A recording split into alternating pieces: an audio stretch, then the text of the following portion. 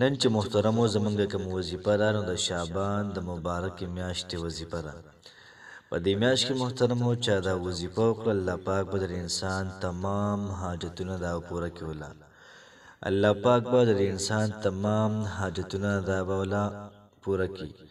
دغه رنګ الله پاک به تمام مشکلات د انسان دا به ختم کی.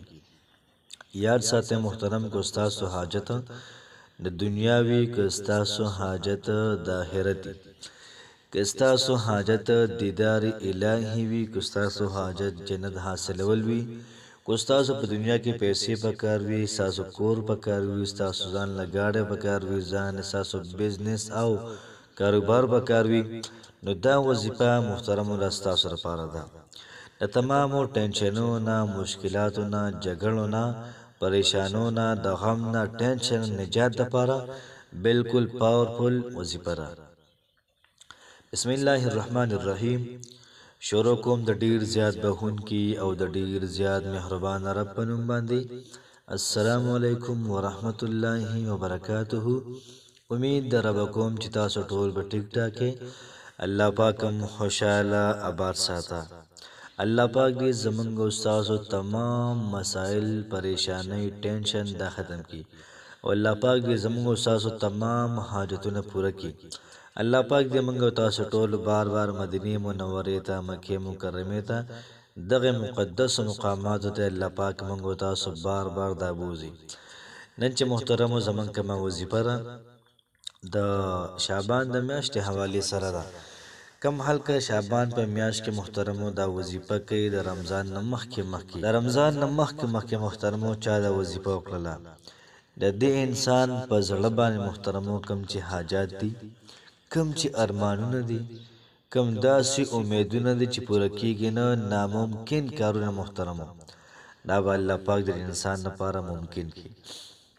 څومره غټه مسلې دي انسانو دا حل کیږي نه، الله پاک کو انسان است دا ګمان د چې حل کیږي نه، زید له حل کوما. نن چې کوم زموږ وظیفه را کو چا کور نه رکور د پاره محترمو تاسو وظیفه کولای شئ.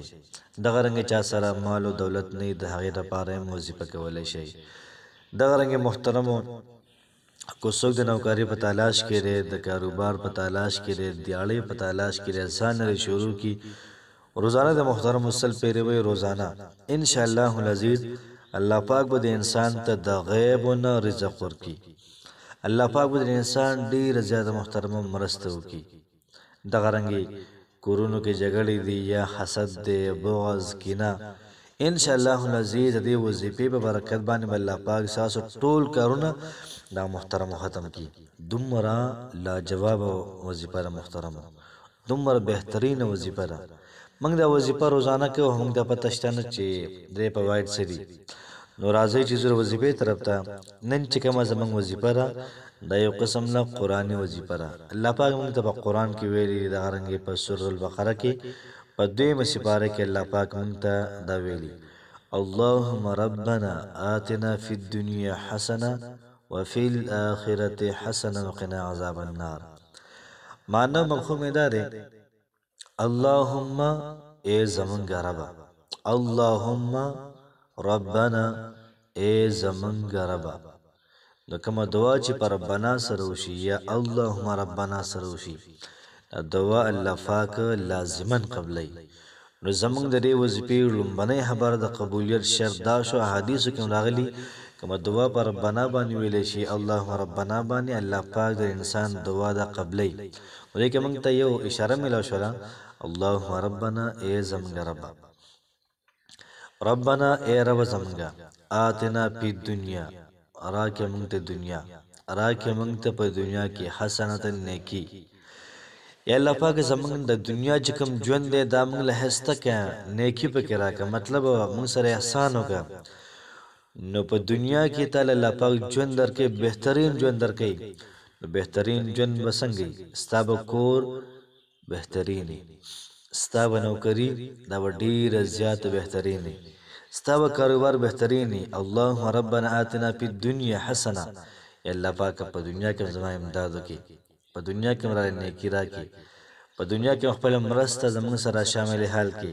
الله پاک مرسته چې تاسو سره شي د چا چې الله پاک شي د هغه ته د نورو څیزونو څه کمی دی اللهم ربنا آتنا فی الدنیا یا ربنا آتنا فی الدنیا حسنه یا الله پاک په دنیا کې نیکي راکړي نو چې څومره ستا حاجتونه دي دا به درکوي الله پاک وفي الآخرة حسنه یا الله پاک په آخرت کې نیکي راکړي آخرت کې نیکي داره الله پاک به داخلي جنت ته الله پاک به درکې خپل دیدار الله پاک به دیدار درکې د محبوب علیه الصلاۃ والسلام الله پاک به تا باندې مهرباني برشته به تا مهرباني ټول خلق به تا مهرباني دا ستاسو آخرت پیدا شو الله وفي الآخرة حسنه وقنا عذاب النار یا الله پاک د اور د عذاب نه ګرما بچ کړه محترم اور عذاب د ډیر زیات ګران کار دی ځکه جهنم د اور زر کاله بل شو دا سپین شو بیا بل شو زر کاله سور شو چې کله بیا بل شو زر کاله تک تور شو اوس ته جهنم چې کوم اور د محترم هغه تک تور دی انسان چې پکې ورواچي پته هم پکې نه لګي چې دا کوم ځای کې پروت دی پکې سکاره وي سکاره الله پاک بهر کې جبرائیل ته وی چې څه کوي چې لاړ شه جهنم پر کند کې اوسړی پروت دی او سوي یا حنان یا منان یا ذل الجلال والاکرام دا وی ورشه جبرائیل دا سړی راوله چې لاړ جبرائیل علیه السلام چې وی ګوره څوک عملته نه بیا د الله پاک وی لاړ شه دشته دی بیا ګوري بیا څوک نه در سلو پر لاړ شه بیا د الله پاک وی لاړ شه پلان کې ګټه لاندې سکار دی هغه راواله سکار راواله راوړي او کوم چې به حیات وي باقي ورواچي نو کوم انسان د تاسیسته کته سو ګوري یا الله پاک موږ د اور د عذاب واس کړو د اور عذاب ډیر زیات سخت دی ګوري الله پاک دې زموږ استاد ټول حفاظت وکړي نن چې کوم زموږ وظیفه شولا نو اللهم ربنا آتنا فی الدنيا حسنه وفي الاخره حسنه وقنا عذاب النار دا محترم روزانه موږ 100 پیری وایو سل پیری نری سره سره موږ الله الصمد روزانه سل پیری وایو تماشا کوي ستاسو ژوند د ان شاء الله الله پاک بدلی الله پاک کو ستاسو ژوند کې سکون راولي دومره بهترین ژوند الله پاک درکې حیران وشي خو لګه وظیفه کې مکمل یقین سره مکمل دهان سره مکمل توجه سره ان شاء الله عزیز کامیابی دستا سره الله پاک مو خوشاله آباد ساته السلام علیکم ورحمت الله وبرکاته